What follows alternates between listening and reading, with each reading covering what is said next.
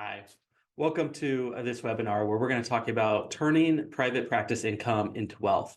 When I talk to clients or those who come through my doors, a lot of what I hear about is, hey, I'm very successful, I know what I'm doing, and I just can't seem to get ahead. And this is going to talk to you, teach you sort of the tactics in order to get ahead. So let's begin. When someone comes through the doors, this is probably how they feel. You work hard. You see so many clients per week, and you seem to be doing good on a revenue standpoint, but you simply cannot get ahead. It's just endless, endless, endless. You've either reached this point or you've reached this point. You've given up. It's just become too much and you can't take it anymore. And so you've really been burnt out. And now, because of that burnout, you don't want to see more clients.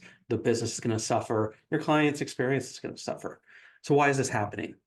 Why can't, despite all those things, you get ahead? After all, you have the clients. You make good money. You're successful. You've reached the benchmarks of what you had set out for yourself when you were in school and whatnot. So what is going on? Essentially, what you've developed in your private practice is an income generator. You've created a salary for yourself, but you have not turned that income into wealth. That means you have plenty of money maybe for one single year, but on a year by year basis, you're not seeing your net worth grow and you're running into issues, whether it's bills or whatever down the line, and it's preventing you from expanding that net worth, and therefore you're constantly on that hamster wheel. You have to make money to pay rent, you have to get ahead, that sort of thing, and you can't. And that's really what's going on here. So how do you change this? You probably have felt this. You can't do this the way you've been doing it anymore. You can't work, 60-hour weeks, or you go without vacations every year or anything like that. So it needs to change, but how? And that's really what we're going to talk about today. But before we do, and there are very simple solutions, so let's get into those. But before we do, who am I? My name is Ryan DeRusso. I specialize in working with therapists and private and group practitioners, enabling them to thrive financially while they focus on clients.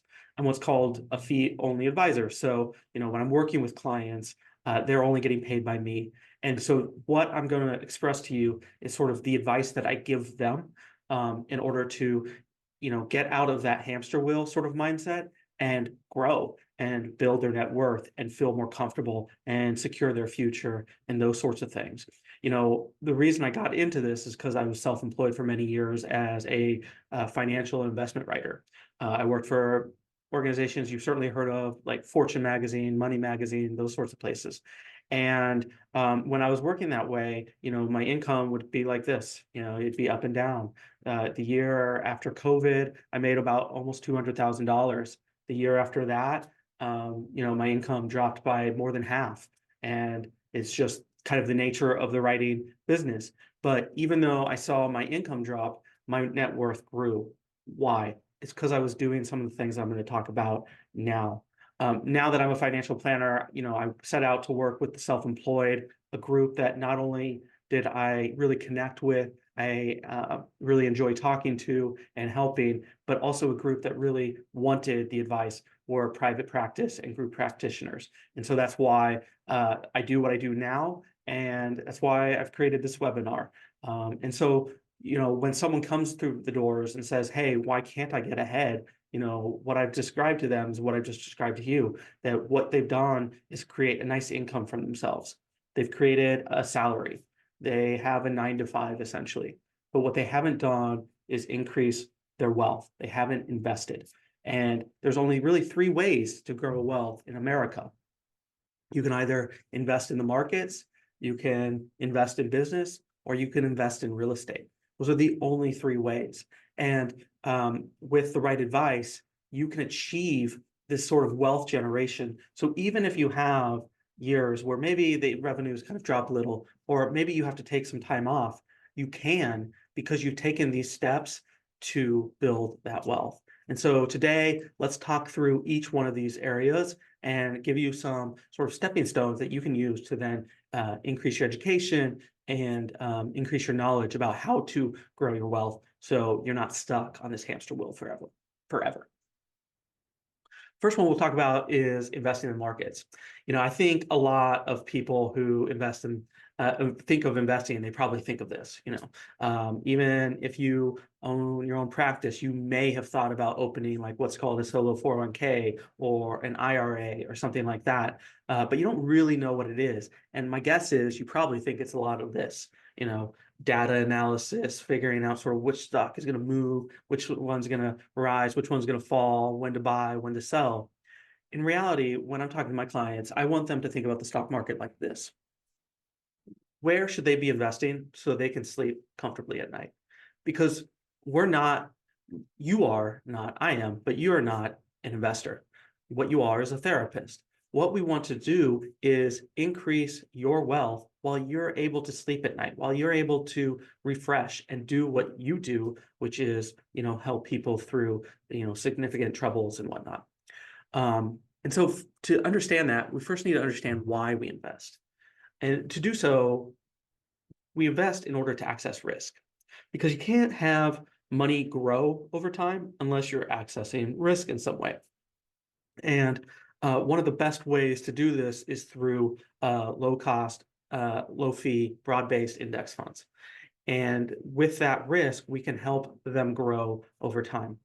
And without that risk, what we're essentially doing is putting money in the couch cushion. And 20 years from today, if we do that, you know what we're going to have? We're going to have the same amount of money in the cash cushion. And that's it. And that sounds great. Hey, I put $100,000 in my couch cushion. That's $100,000 20 years from now. That sounds great. Except you're dealing with another factor, which is inflation. We've all experienced this over the past few years. We've seen prices rise and whatnot, but we don't necessarily see the full impact on it when we're talking about 20, 30 years down the line. And so sometimes, numbers can help, but essentially in order to, buy something that was $1 in 2004, you would need $1.62 today. To buy something that's $1 today, if you can find it today, you'd need $1.64 in 2044, 20 years from now. But it gets, to put it a different way, if you had 10,000 in 2004, you would need the equivalent of 16,130 today. And to have the equivalent of 10,000 today, you'll need 16,387 in 2044. So you can see how the impact of just putting it in the couch can really be detrimental to your long-term goals.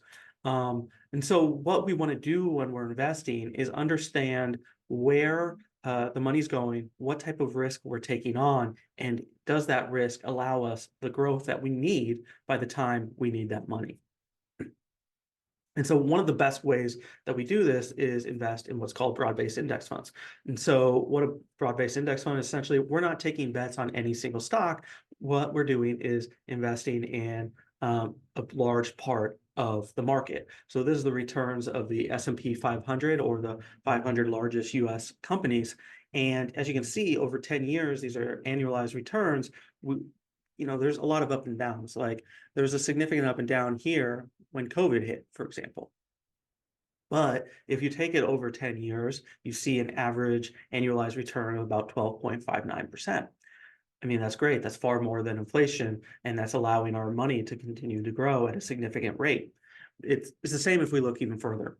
This is the historical return of the S&P since 1957, which is when it became 500 stocks. And you see there's a ton of up and down that people experience over that time frame.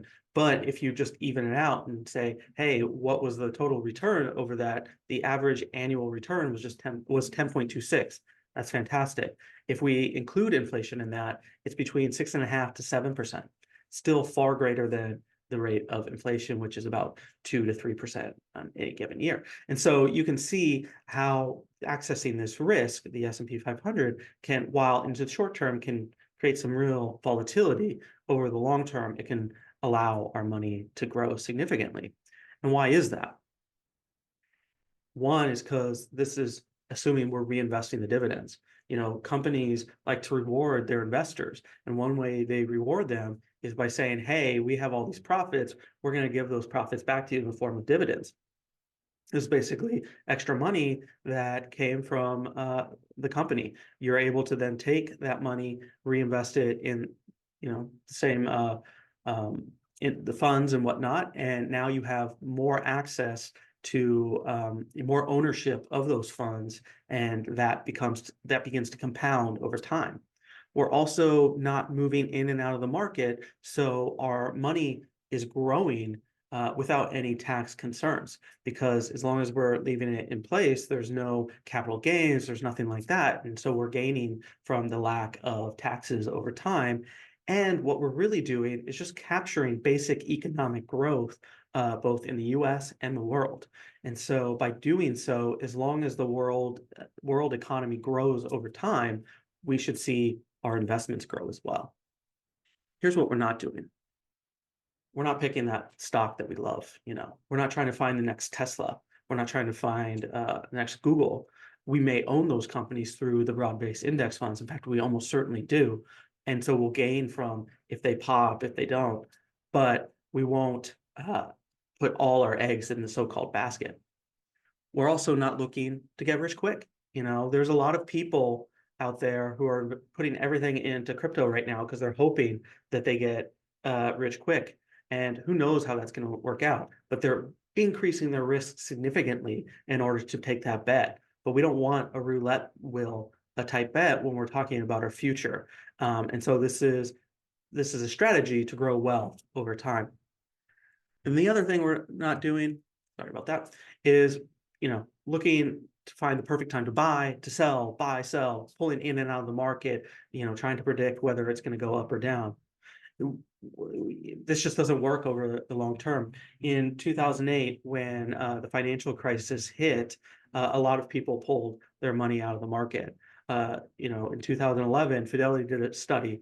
They found that those who pulled out of the market from 2008, October 2008 to March 2009, basically when the market was falling, and never bought back in, they only saw their investments increase by 2% by 2011.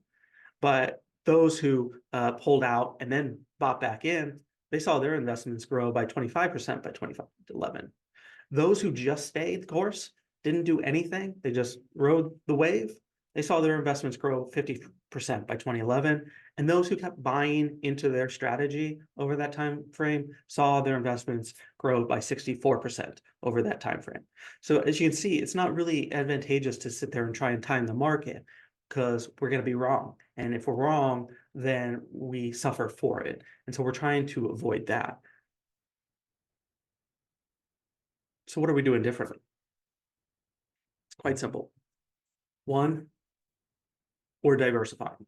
So we're looking at the broad-based markets. We're trying to ensure that we're capturing everything within that market, because we don't know what's going to happen here or there, or every wind shift and whatnot. But we know over time the economy will grow, both the U.S. and the world. We expect it to, and then as long as it's growing, we take advantage of that.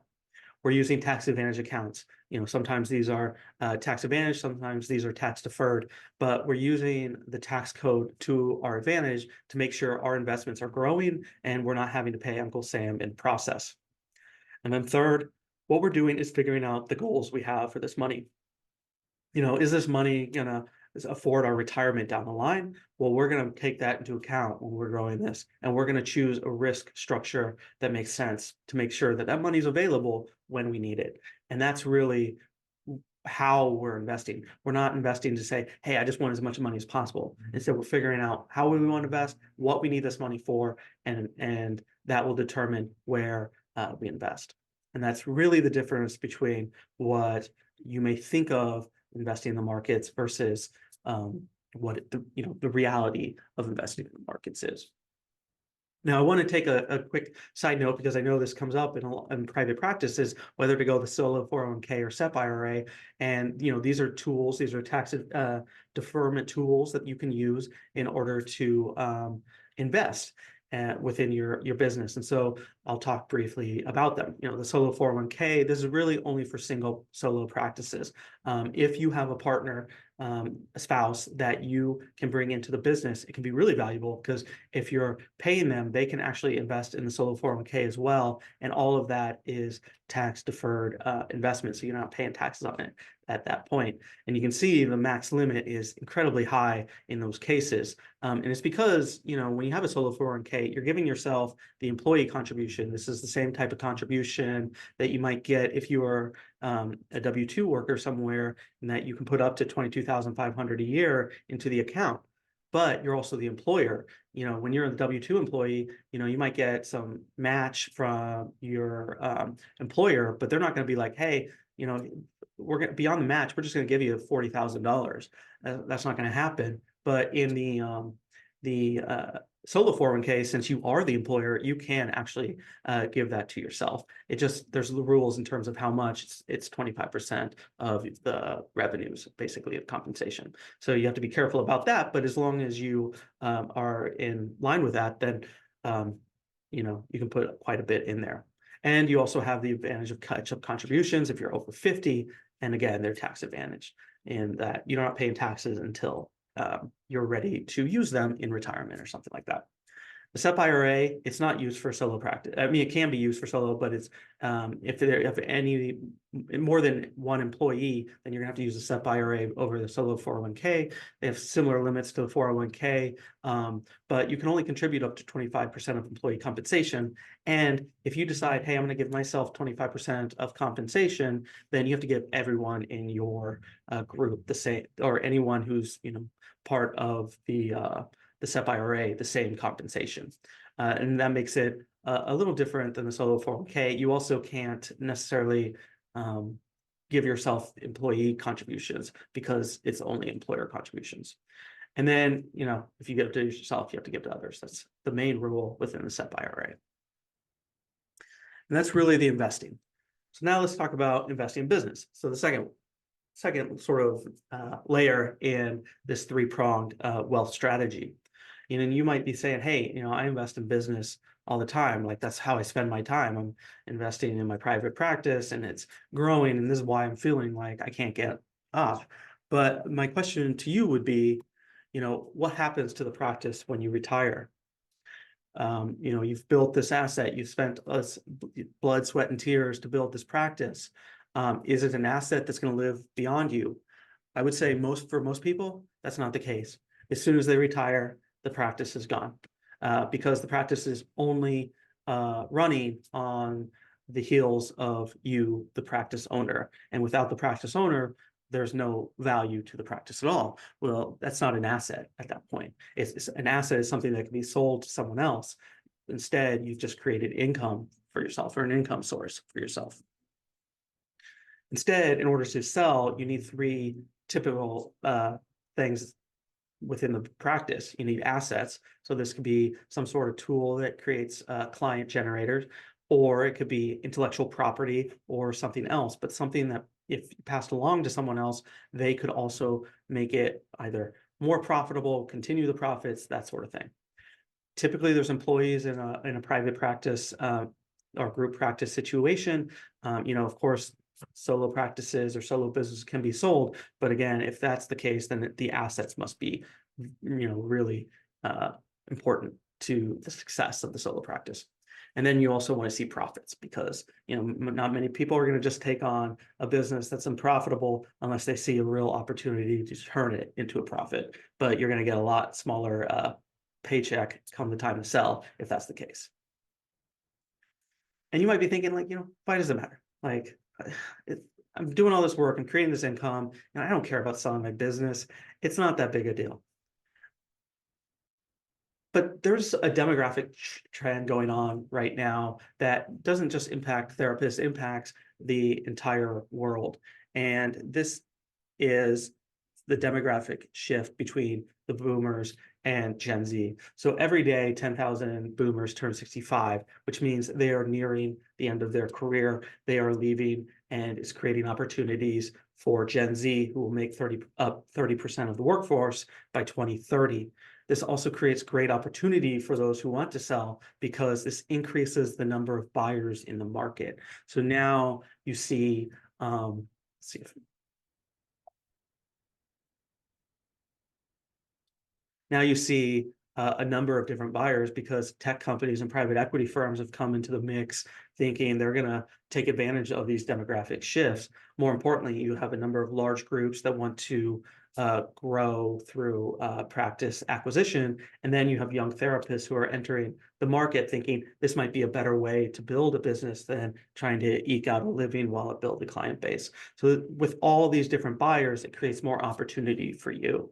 And so, that's a valuable thing, especially if you think about what an extra 200,000. Let's just say you are able to sell your practice for 200,000. What would that mean for your retirement? I talk to people very early in the stage of building the career and very late. And I can tell you that those who are very late in the stage, they've spent so much time working on their practice over the years. And to just kind of say, hey, I'm going to retire and let it just like float away is kind of a shame because they've put so much time and so much effort into it. But not only that, the 200,000 could mean the difference between, their so-called dream vacation or whatever that means for them versus really pinching pennies, like so many in the US have to do come retirement. And it's because of the way that $200,000 can be doled out that really can make an impactful shift in the retirement and that retirement experience. There's many different ways to sell a business. I'm going to talk about one, and I'm also going to talk about how it impacts that retirement and why that becomes so important down the line. This is what's called an installment sale. So you have a seller, you have a buyer, and you have a therapy practice. It's not unlike buying a home or something like that. Essentially, the buyer puts down a down payment, let's say 20%, so $40,000 on a $200,000 sell. The seller gets the 40,000, and then every year there's an installment payment made over the course of 10 years plus interest, right? And so now you're getting a portion of the sell every year, plus you've gotten a down payment. What you're not doing is paying taxes on the full sell right up front. Instead, you're taking a portion of the sell and extending it out over 10 years plus interest. Meanwhile, you're able to use that income along with your other investments in, let's say, the markets or real estate to help bolster your retirement. And so you're not tapping resources too early. In fact, you're allowing them more time to grow. And so that $200,000 can be really impactful because you've allowed your investments to grow. You've still been able to afford your livelihood and your life. Meanwhile, you have a buyer who's now taking that therapy practice and building something bigger with it, increasing profits, shifting the practice into, his or her vision. And an extra bonus is your clients, many of them will have transitioned to the buyer. And so they're taken care of, even though you're no longer practicing therapy. And so this has many benefits as kind of explained, but the seller gains the down payment, gets those ongoing payments, and that tax reduction, which is just really huge when you're talking about $200,000 versus like as a lump sum versus $200,000 in interest over a course of time. And you're creating some client protection through the sell of the firm because you can pass along your knowledge, you can find a buyer that really matches how you practice therapy and those sorts of things. Meanwhile, the buyer gains the practice, clients, profits, cash flow.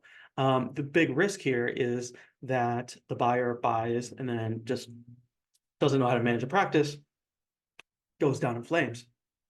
There's ways that you can set up, you have to work with a lawyer, but there's ways to set up a contract where, if the buyer fails to make those installment payments, then you get to take over the practice again. The practice may have diminished because of their efforts, the buyer's efforts back in the day, but at least you have an asset that can be either built up, sold, or you can kind of figure out what to do with it again.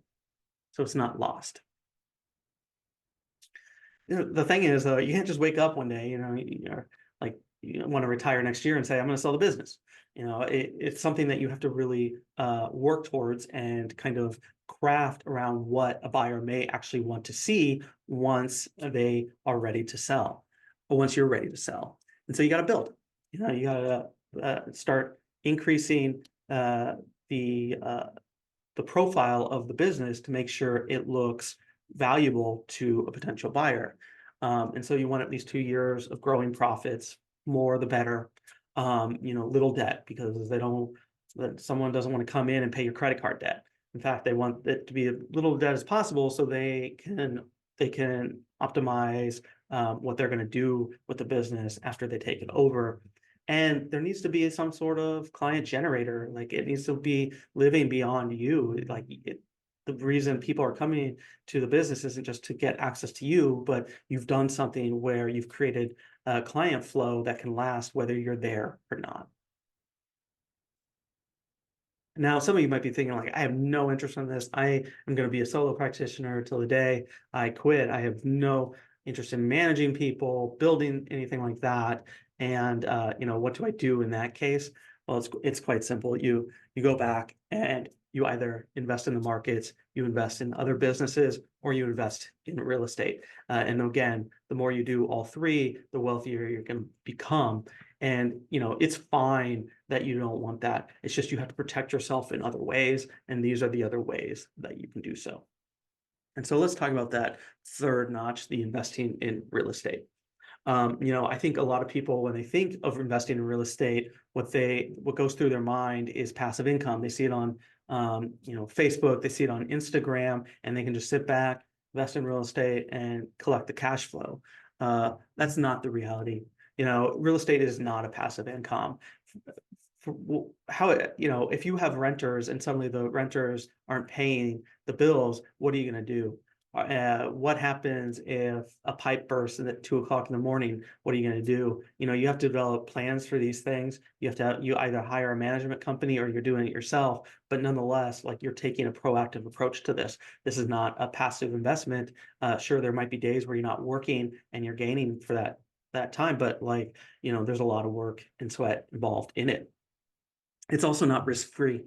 People, I think people have this image of just putting money in in a home or whatever, and it's just going to grow nonstop. But that's not the reality. You could have a natural disaster, you can have bad tenants, you can have all sorts of things that create problems for you, making this a very bad investment. And so I've used these word of warnings at first because I think you need to be prepared for what you would be getting into if you decide to invest in real estate. It can be very valuable, but there are some concerns that we have to manage in the process. And so why do people invest in real estate? So this is really the four reasons that people who invest in real estate really do and really benefit from it. They're looking to gain from these four things. And I think probably the top two, income and appreciation, are the most common reason that people think of, but I'll go through all four. Income is pretty self-explanatory. It's the cash flow you get for renting out the real estate. If you have a renter, they're paying you rent every month, you're using that rent to pay the loan, and whatever's left over, you get to keep. And so it's a nice little source of cash flow like that. Meanwhile, you've bought a $200,000 home. It's, after 5 years, worth $300,000. You get that appreciation. Like, when you go to sell, that's yours, and you've now, gained from the growth. But the other two reasons, depreciation and equity, maybe even just as powerful or more powerful, especially depreciation, but I'll talk about both. Equity, for instance, this is where you buy a $200,000 home, you put 40,000 down, and you take a loan for the other 160,000. As the renter is paying you, you are then going and paying down that loan. And when doing so, you're building more equity into the real estate property from the renter's rent. And so you're not using your own cash flow for that, but someone else's, which is nice. And then depreciation is a tax tool. Since the real estate is property, you're able to take a portion of that property's value and reduce it every year. Since property depreciates over time, that loses its value over time, and the IRS says you can then use that to write off income that comes in. So you're able to use the depreciation to write off some of that income, so you're not actually paying as much tax on the cash flow that's coming in, and it can be a really valuable source of and tool to reduce those your year-on-year taxes. And there's tactics where you can really upfront a lot of the depreciation. So if you know you're going to have a big year one year, you can do a lot of depreciation that year and maybe reduce some of the tax impact from that as well. Um, the only caveat is when you go to sell, like you have to recapture that depreciation. So, your potential gains is higher because you've depreciated the value of the property. But there are ways to shift the investment property to another investment property and never have to recapture depreciation. People go their entire lives as real estate investors, never recapturing the depreciation on their first property because they just roll it over to another investment property, another investment property. And by the time they're ready, they're ready to pass along the property to their family after they've passed away, there's no need to recapture that depreciation. So it can be a very powerful tool, all things considered. And these are really the four reasons that people invest in real estate and the value that it can bring for years. But it really also depends on what type of real estate you want to do. There's so much. Like you could do long-term rentals, short-term rentals, vacation rentals, Airbnb, lease to own, anything in between, and many that I haven't talked about. So you really have to do your research, figure out what's best for you. In this presentation, though, I will talk about one because we're talking. You're probably a therapist if you're watching this, and therefore the idea of owning commercial space may have appealed to you at some point. This can be very valuable. You have this business that if you're not 100% telehealth, then you could potentially use this and get all those benefits that we just talked about that you can get from real estate. So one, you can utilize the space for your own business. So that's great. You can write off the expense of that on taxes and whatnot. Then you can rent out the additional space and get cash from that, gain income from that. Meanwhile, you're depreciating property as a whole, potentially, or the property is gaining in value, and you're also paying down the loan. So you're gaining from all four of those benefits in that way. And then when you're ready to sell or move to a different investment property or just a bigger space, you're able to do so in a way that is tax advantageous to you if you're using what's called the 1031 exchange to do so. So there's a lot of benefits if you're thinking of getting into this, you're a therapy owner and you're like, maybe I'll consider commercial space. There can be real value in that. But like I mentioned, no matter what type of real estate you're doing, there's so much education that you need to do first because you need to understand the market that you're in, the market you're going to buy into, and as well as just the X's and O's of running real estate properties. So it's not just about the long-term returns, but it's also about what you should expect, going in. I've always heard, you may have always heard the statement that it's not about you don't make the money in real estate on the sell, you make it on the buy. And that speaks to how much education you put in and what you know about the area before you're buying. So you're making the right choice then. And that, that goes for all three of these three-pronged approach to building wealth is the more education, the more advice, the more guidance you have, the better off you're going to be. To get more information, I have a free download about, turning income, private practice income into wealth. And you can find it at thinkingcapfinancial.com/income to wealth. It's a free download. And you'll be able to read deeper into some of the topics that we talked about today. And then if you have any questions, feel free. You could actually scan the QR code right from your computer screen if you wanted to and put time on my calendar, free 20-minute consultation. I'm happy to do it. And I look forward to it. And then if you have any questions, you see my email there as well. But thanks for listening, and I hope to be in touch soon. Have a good one.